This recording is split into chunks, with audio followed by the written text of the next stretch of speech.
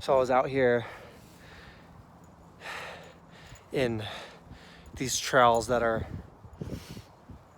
out back of my apartment complex, and I was walking my baby boy Dempsey. And the other day we were just on this path here going all the way down, and then it kind of leads back to that area. Where is it? Over here, in more of like a dirt lot, and there's a lot of open space, and it was snowing really hard, and we were playing fetch, just having some fun, and I started running with him, and then something caught my eye that wasn't quite right. It was some movement in the bushes that I really haven't seen before, and it was a pack of coyotes essentially. And if we would have kept going, I'm pretty sure he would have been ripped apart, being that he's 6 months old, and a year or two from now I don't think that would happen, but since he's still technically a puppy, I think something really bad would have happened. And anyways, I started heading back to get to my apartment, and this dude never let me leashes him, like ever. Like, he just runs away and thinks that we're playing tag or something. So I had to really start taking off and running away from these coyotes. And then they started following us. So I started sprinting and running really hard.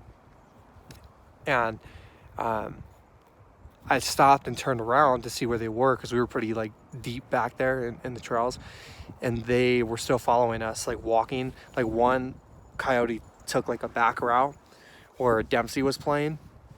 Another coyote was coming towards me, and it was just interesting because I've never really been followed like that before by like a wild animal, and I'm pretty sure they were just after him, not me. I mean, hopefully.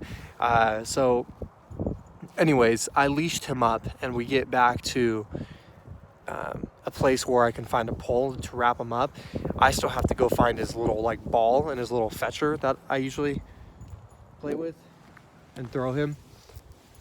When I take him out fetching, you use the ball in here and you throw it. It's a little chuck it thing.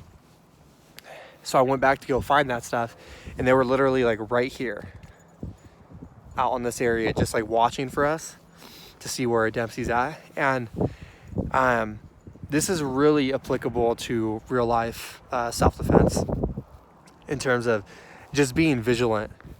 And you know, I'm not the type of person to be fearful of where I'm going.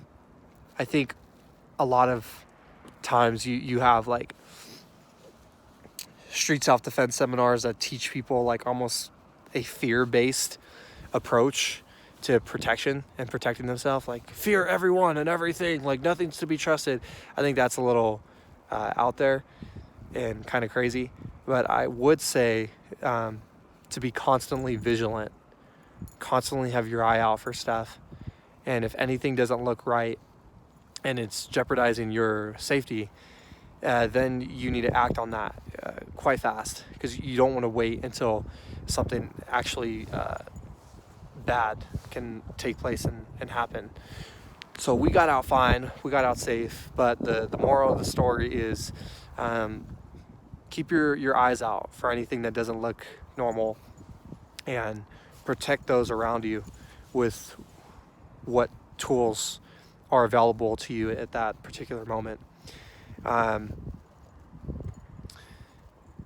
Yeah, that's really it. So wanted to tie this into some form of self-protection, self-defense, and self-awareness.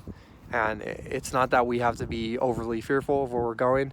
It's just that we're staying vigilant in all walks that we're crossing, all paths that we're crossing. We don't want to be caught up in having too much fun where we pay no attention to what's going on around us. And we also don't want to get caught up in only the negative things or the fearful things where it's like, oh, what's coming after me today? So anyways, that's really it. I'm going to get back to playing fetch with Dempsey.